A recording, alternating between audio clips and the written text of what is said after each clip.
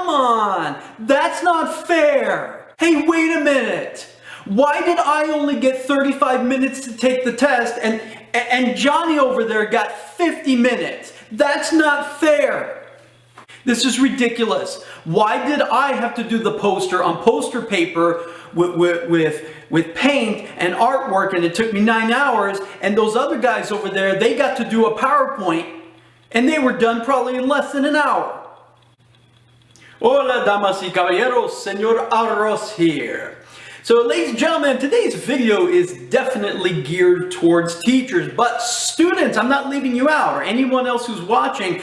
I am about to throw at you a philosophy on fairness that you could apply in other aspects of your life, in other areas of your life. So if this sounds interesting, let's hop right in.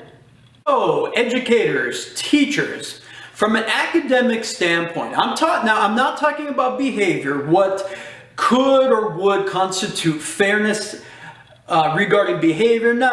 That's a subject for another video coming soon. I'm talking about grades. I'm talking about what's on paper. Okay, so consider this. Here's one school of thought. Okay, let's make sure everyone in the class does exactly, precisely the same assignments. I mean precisely, 1-to-1.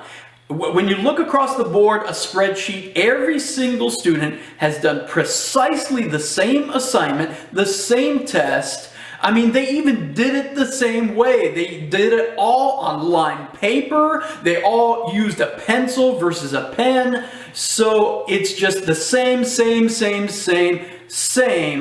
One size fits all. Oh, that's brilliant, right? That's brilliant. That's ultimate fairness, isn't it? They all, no matter who it was, male, female, it doesn't. The little differences don't matter.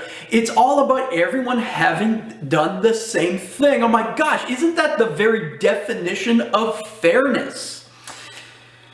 I'm going to say no to that, guys. I'm going to say no. I'm going to say that is just too, it's too designed for a perfect world. Sure, in a perfect world, everyone is required to do precisely the same thing, and it all works out perfectly, absolutely problem-free for everyone. Except, ladies and gentlemen, that logic, as perfect as it seems, it falls apart. Like on day one, it starts falling apart. Why does it start falling apart? Because you're working with human beings. Okay? Day one, it starts falling apart when, for example, let me just say, what if you have a student in your class who has special needs? What if a student has vision problems? That's happened in my class. What if that student needs some kind of accommodations? That's a big word in education. Accommodations. In other words, it's another word for adjustments. Okay, that student who doesn't have great vision. I've had a student like that before.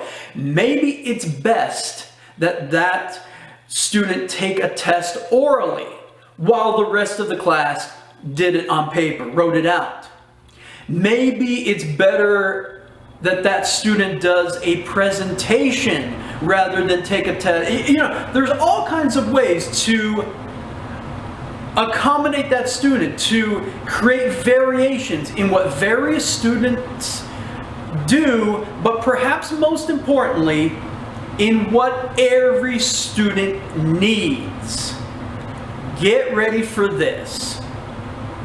All right, educators, in my humble opinion, here is my philosophy.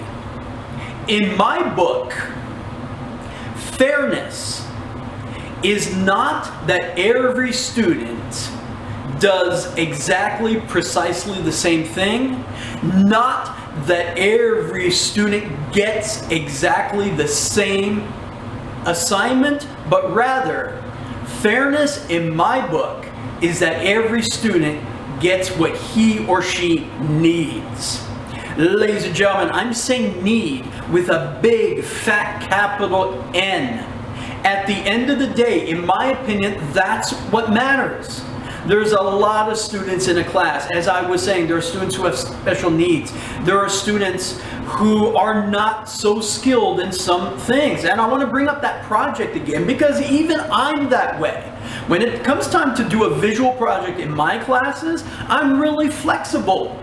I still am the kind. I cannot draw a stick figure without it looking ridiculous. And I have many students who will openly confess to that same thing. And guess what? That's okay. Maybe it's about talent, genetics. Some of us are just not skilled in certain things. So I provide options and everything ends up working out. Some students do a project on paper, poster boards, science project, trifold style presentation with paint and artwork, and it's gorgeous. And some other students in the room do a PowerPoint. Find images online, copy, paste. And in the end, they meet the core requirements. As I'm a language teacher, what really matters is the language requirements, the grammar, those kinds of things.